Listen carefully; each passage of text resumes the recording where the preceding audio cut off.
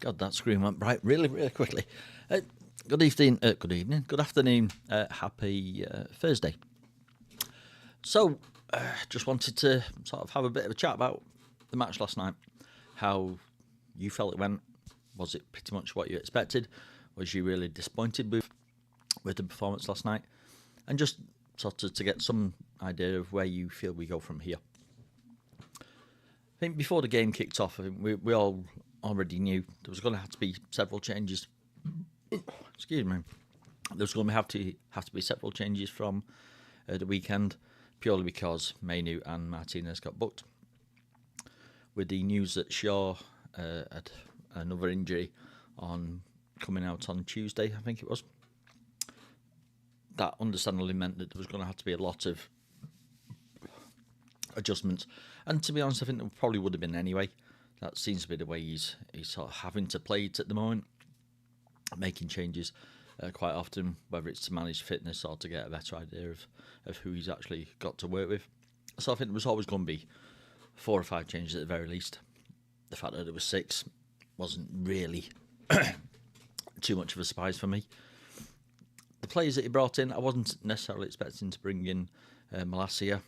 I think he's been thrown into the deep end quite a bit, Malacia. Probably through necessity as much as anything else. But I think even so, I think bringing him in and sort of essentially throwing him in and seeing how he swims, essentially, is quite hard on the lad, given that he's been out for such a long time. The other changes, yeah, to a certain point it got. The midfield was pretty much what I was hoping it would be. I was hoping it was going to be Ugarte and Bruno. If it wasn't going to be that, it was going to be Ugarte and Mount. Either one wasn't too much of an issue for me. I was pretty happy with whoever started out of those, whichever 2 started out of those 3. I was quite apprehensive that he would have picked Casemiro, because there's just no way he would have been able to cope with the speed of movement from Arsenal. Amorim seems to have twigged that relatively quickly, and it doesn't look like it was even a consideration for him. Up front, I ummed and ahed. I wasn't sure whether he would have played Xerxes up front or Højlund. I think the fact that Xerxes started at the weekend probably meant for me that it was always going to be more likely that Højlund would start last night. And I didn't have really too much of an issue with that. They're both getting familiar with how he plays, so I had no real issue with Højlund starting. A bit surprised that Ahmad didn't start, because out of the sort of, well, three games prior to that, and even Rude's games, I think Ahmad's been probably the most consistent performer out of the squad. So I was a little bit surprised that he didn't start. I wasn't remotely surprised that he come on. But yeah, that probably surprised me more than anything else. Garnacho starting over Rashford.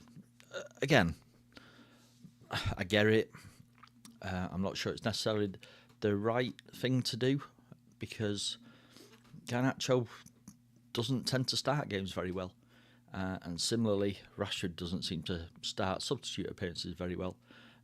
I've been thinking this morning to think of the last time that Rashford come on as substitute and had a a positive impact on a game. And other than Wolves away about 2 years ago, I've been struggling. There may well be performances in there, and I'm just not remembering them.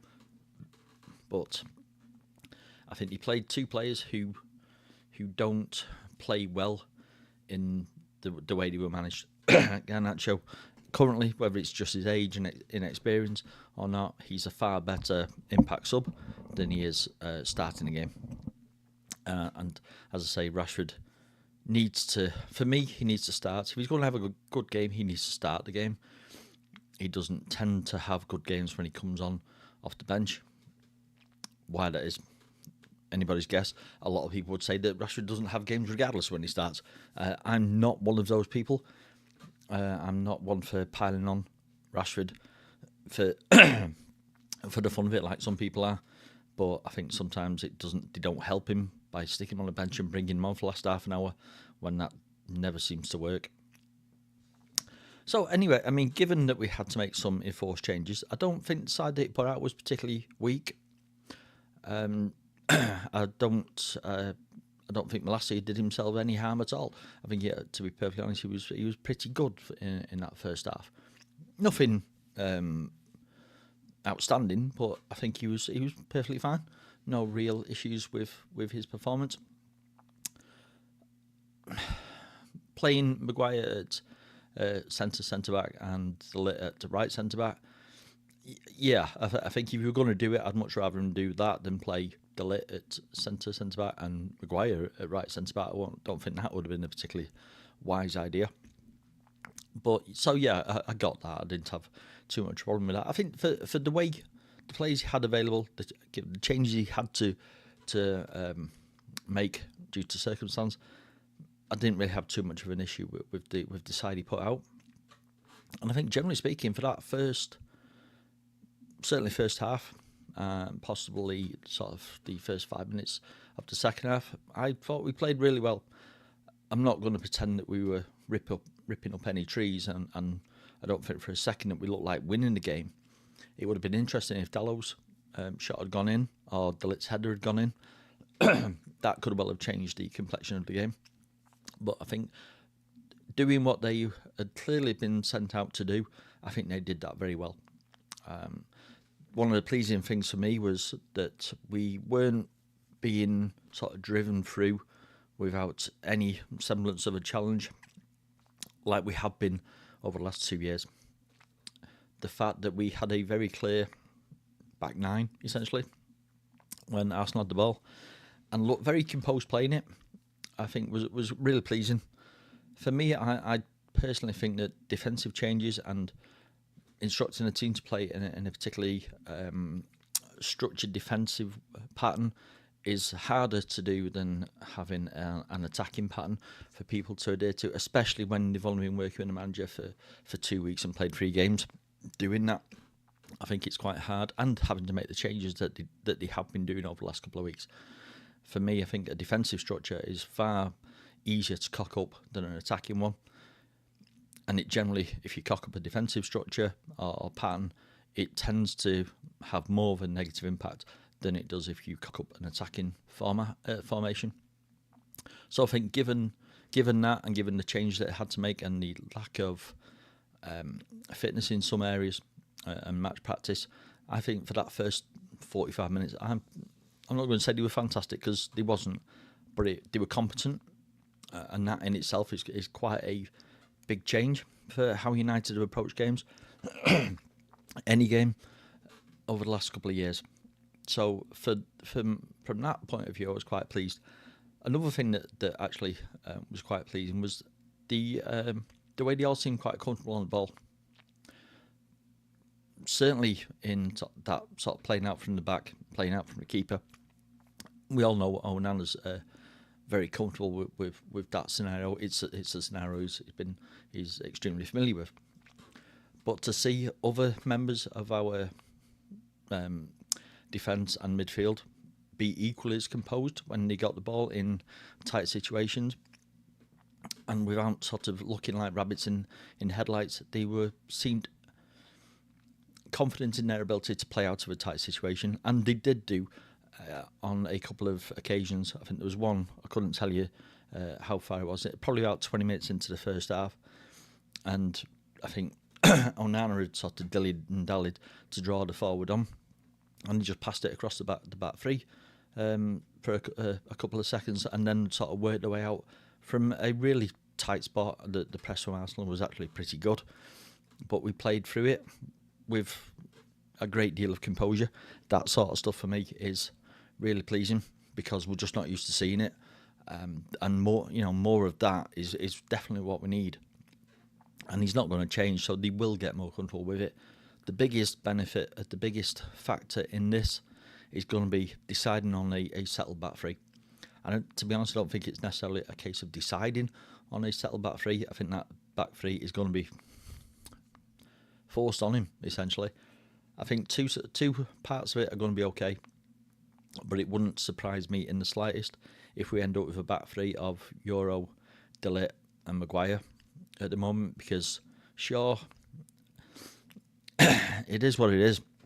I feel sorry for the guy, to be honest, but I don't think he's going to be here next year.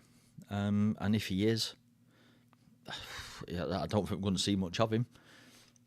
It's a crying shame, because he's a cracking player when he's fit. But that's the issue. It's when he's fit. Generally speaking, Maguire tends to stay fit. I know there was some criticism or speculation that De Ligt wasn't the most robust of players, and obviously Lenny Euro's just come back from 3 months out with an injury. But you'd like to think that if those three can stay fit, it will probably end up being those three that play more often than not, because I think size, fitness levels are going to come into this. So for me, I think that the back three will become settled relatively quickly, and I think that should bring about that composure, bring it to sort of another level as they get more used to it. Similarly with the midfield, I think if he hits on the sort of midfield that he actually likes and trusts and can rely on, then I think you would like to think that will show in the way they play with their teammates. They seem very comfortable with the ball, but they also seem very comfortable playing sort of on the back foot a little. They didn't, and they were never going to be going for Arsenal from the off. That was never going to be the plan, because that would have just left ourselves wide open. He clearly went with the strategy of not getting beat and trying to pinch a win if we can.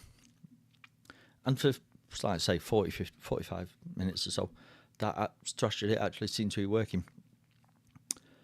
It got to a point where Arsenal's general style of play wasn't really getting them anywhere.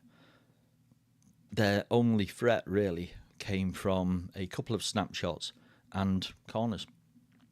And I think to go to Arsenal and get to a point where after 45 minutes they were having to rely on set pieces for their goal threat, that says quite a lot about how well we played and how frustrated they were getting at being unable to either get through us or behind us and round us. And I think the team deserved quite a lot of credit for that they got to that point, that's what Arsenal were having to do. And I know Arsenal's set pieces, a large part of their play, and they've caused problems for the vast majority of teams that they've played against. But I think the fact that a poor Man United side with a lot of injuries, a change of formation, and a change in personnel was able to do that to Arsenal in the space of 45 minutes, for me was quite heartening. I didn't really have an awful lot of expectations about the game before it started, but I think the fact that we actually seemed capable of composing ourselves and imposing our game on Arsenal, making them have to play in a slightly different way, for me was quite a positive. Aside from that, I think the main takeaway for me was the wankfest over Arsenal's set-piece coach. Don't get me wrong, it's a strength of theirs. It works for them. It clearly has an impact on games.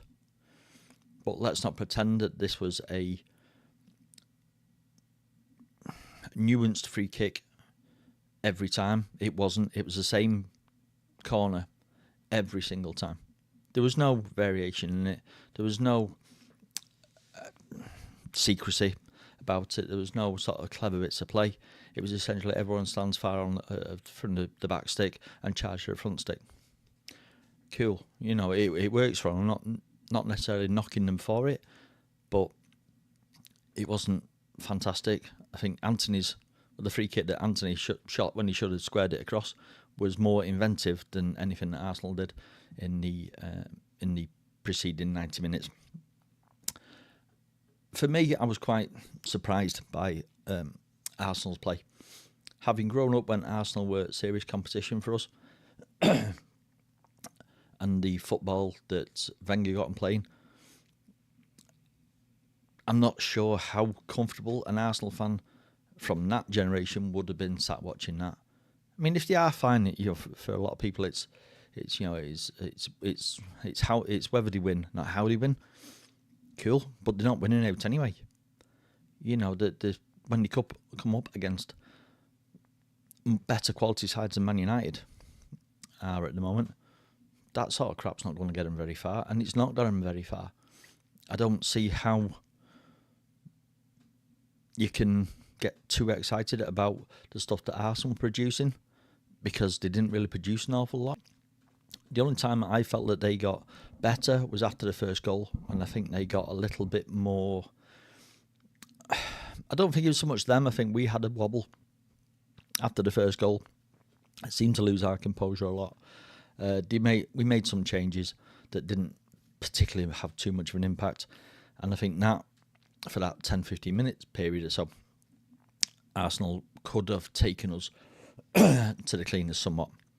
The fact that they didn't, I don't know whether that's more luck than good judgment, but I think for me, the Wenger side of 15-20 years ago would have took us to the cleaners, and I never thought that was what was going to happen last night. And as I say, I never thought United were going to win it, and I think as okay as they played, they were never going to win it last night. I said at the start of the game, if we'd have come away with a draw, I'd have been more than happy with that. But I don't think we were never going to win it, and I don't think we tried too hard to win it. To be honest, I just don't think we're good enough at the moment. Aside from that, I think the main positive for me was how good Lenny Euro looked when he come on. It was nice to actually see him getting some minutes. We've been waiting a long time since pre-season, so it was nice to see him get a run out, actually look good, and actually have to do something. It's better, to my mind, it's better for a player to come in and into a game and actually have to do something rather than just stroll around for half an hour. Yeah, that's fine, Matt getting a little bit more better match fitness, but I think being in a game where he actually has to do some work, like he did, he put in some good tackles, he put in some good clearances, apart from one where he spaffed it to straight to Arsenal. Other than that, I think generally speaking, his 25 minutes or so was well worth the 20 minutes, and it gives me a lot of optimism that we can look forward to sort of 5 years of this guy getting better, stronger, more experienced. And it's not. I don't think it's going to be too long before we can start to rely on his place in the team and then fit the ones around him. I think he looked really, really impressive. Again, nothing earth shattering, but given that he's not really played since pre-season and he didn't play an awful lot of that, I think there's more reasons for optimism with Lenny Euro getting on pitch last night than anything else. Generally speaking, the result didn't really surprise anybody, I don't think. Arsenal are a far better side than Man United are at the moment, and it showed. Despite not really creating an awful lot, they're very comfortable on the ball, they're very familiar with each other, and they play like it. But I think it showed that if you put somebody on Odegaard who's actually good at doing his job, and Bruno was very good at doing the job he was given last night, Arsenal don't work as well. And because they weren't working as well, it essentially looked like they were playing for set pieces. They weren't really breaking us down, they weren't really cutting through us too much, and it did have that feeling that they were relying on set pieces because they could see they were causing problems, and they've caused loads of teams problems. But that was about it. So for me, it was a bit of a reality check for some people. For others, it was confirmation of what Amarin's been saying since he got here. But for some people, it might have been a bit of a reality check for him. Some people seemed. Everybody was very giddy before the Ipswich game. After the Ipswich game, there was a bit of a dip and some pissing and moaning because people had built their expectations up so high, we were never going to be able to live up to that standard, and as a result, a lot of people were understandably disappointed. The Bodo game, well, certainly they're coming back after Bodo had scored, and the Everton game on at the weekend, again, seemed to have ramped up a lot of people's expectations that we'd sort of turn some sort of corner, we were on the right track, and it was going to be onwards and upwards from here. And that was never really going to be the case. Playing against the teams that we've got coming up at the moment, starting with Arsenal, but we've got Liverpool, we've got City, we've got Tottenham, we've got Arsenal again. These are the games we need to be judging ourselves on, not games against the Evertons of this world. Everton stuck 4 past Wolves last night. So let's not pretend that Everton were that much of a challenge, and they still had a good 20 minutes against us at the weekend. For me, how we perform against bigger sides is what we should be looking at. And as Amarin said over the last week, he said it after the Everton game. He said, let's focus on the performance, not the result. And he said it again after last night's game. And this is what we need to be looking at, because we're not going to be beating the Arsenals, Liverpools, Cities of the world at the moment, because we're not that good. We beat Liverpool and that last year in the FA Cup, and City in the final in one-off games. Did we produce anything remotely like those performances at any other point during the season? No, we didn't. Those results and those games against Liverpool and City last year were the odd ones out, not the rest of the performances that we had. The rest of the performances were the norm. And to be honest, we aren't an awful lot further forward from that. Just because we stuck 4 past Everton doesn't make a great deal of difference. Getting beat 2-0 against Arsenal from 2 set-piece goals probably says more about where we are now than anything else. Performance-wise, I don't think it was that bad. It wasn't great. But I think if we had played Arsenal 2 months ago, we'd have got battered. We'd have got played through. We'd have had no threat whatsoever. And we'd have been took to the cleaners to a large extent. And if we'd have got out of there with a 3-1 result like we did last year, that would have been because you'd have felt that the other team has took the foot off the gas, like City did to us last year. They could have battered us, but they didn't because they took the foot off. Liverpool could have battered us last year, but they didn't because they took the foot off quite easily. So I get where Amarin's coming from when he says concentrate on the performance, not the result, because the performances say a downside more about where we are than the results do. So, generally speaking, the response that I've seen online hasn't been as bad. Most people seem to be taking on board the message that Amarin's sort of repeatedly sending out, that that we're not there yet. There's a lot of work to do. We've got a lot to change, and it's more about performances than result. But there's still quite a few people out there that have heard the message that Amarin's coming out with, but heard something very different. And the amount of people that I saw who were very disappointed that he's rotating the squad, that he isn't focusing on the results now, but taking a longer term view, and them getting really irritated by that, has been not surprising. I've been going on United forums and stuff like that for a long, long time, so I know what the response can be. But there are still a lot of people out there that want something right now. They don't want to wait for us to change, have a long-term plan and an idea of what we're going to do and work towards that. It's all about the result now.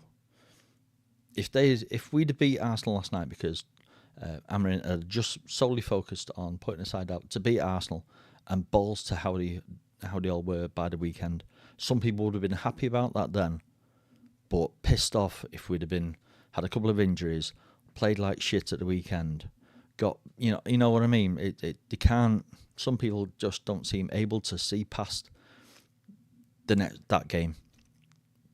They don't want to look at how we're going to be in 6 months, 12 months. They don't want to see this as a long-term process. It's all about a result now in a meaningless game, essentially. And that I just don't. I don't get. What do you want? Do you want us to build a side that we can rely on for the next sort of 3, 4, 5 years, or do you just want us to cobble a collection of players together so we don't end up sort of finishing sort of 8th again,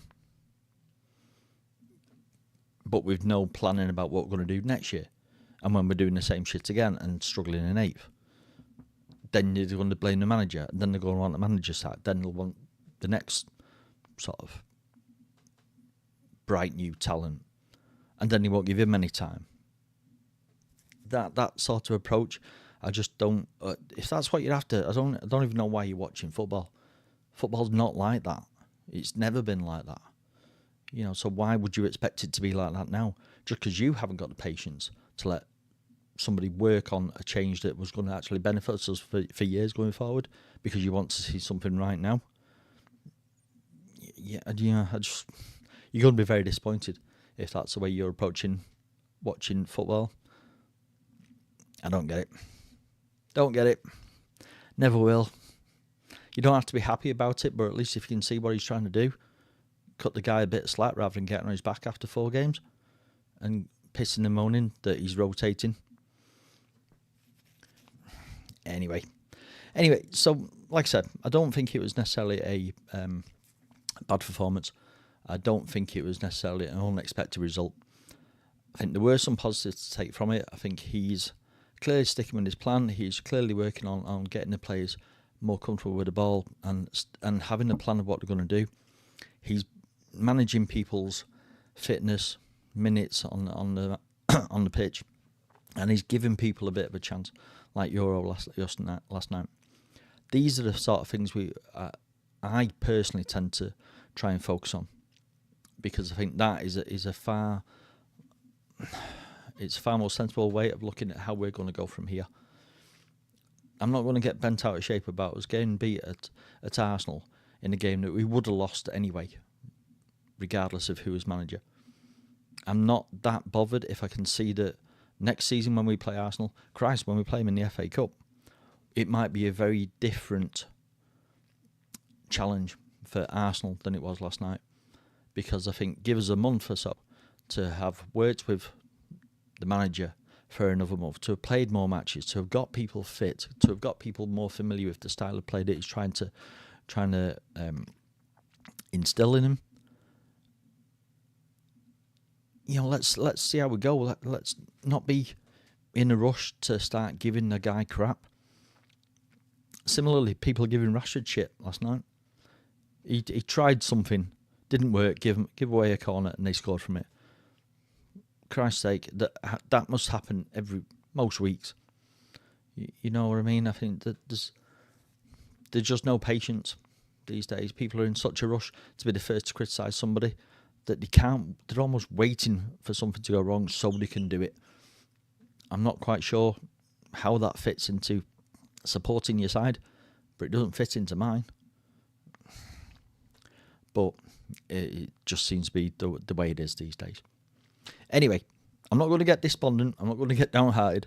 I think there were reasons to be optimistic about the performance last night, not the result.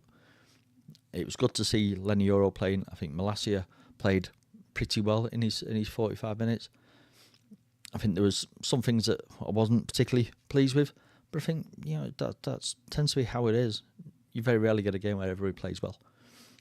Take the positives from it and move on. We're far from the finished article. We're just starting this thing, and if you're pissed off now, God knows where you're going to be come Easter. Give them a bit of time. Give the players a bit of time. Support the side. Don't be too pissed off when we lose games. And try to take the positive from it. There are some things there that we're going to be building on going forward, and that's what we should be looking to focus on, rather than a result that we were always going to struggle with, because we're not at Arsenal's level, no matter what you might think. Anyway, I'm going to leave it there. I've ranted and rambled on for half an hour, so we'll leave it there. I'll be back it'll probably be Monday, I think, when I do another one. In between, I might try and get a video out. I've got a couple of ideas for a couple of videos, so I will possibly get one of those out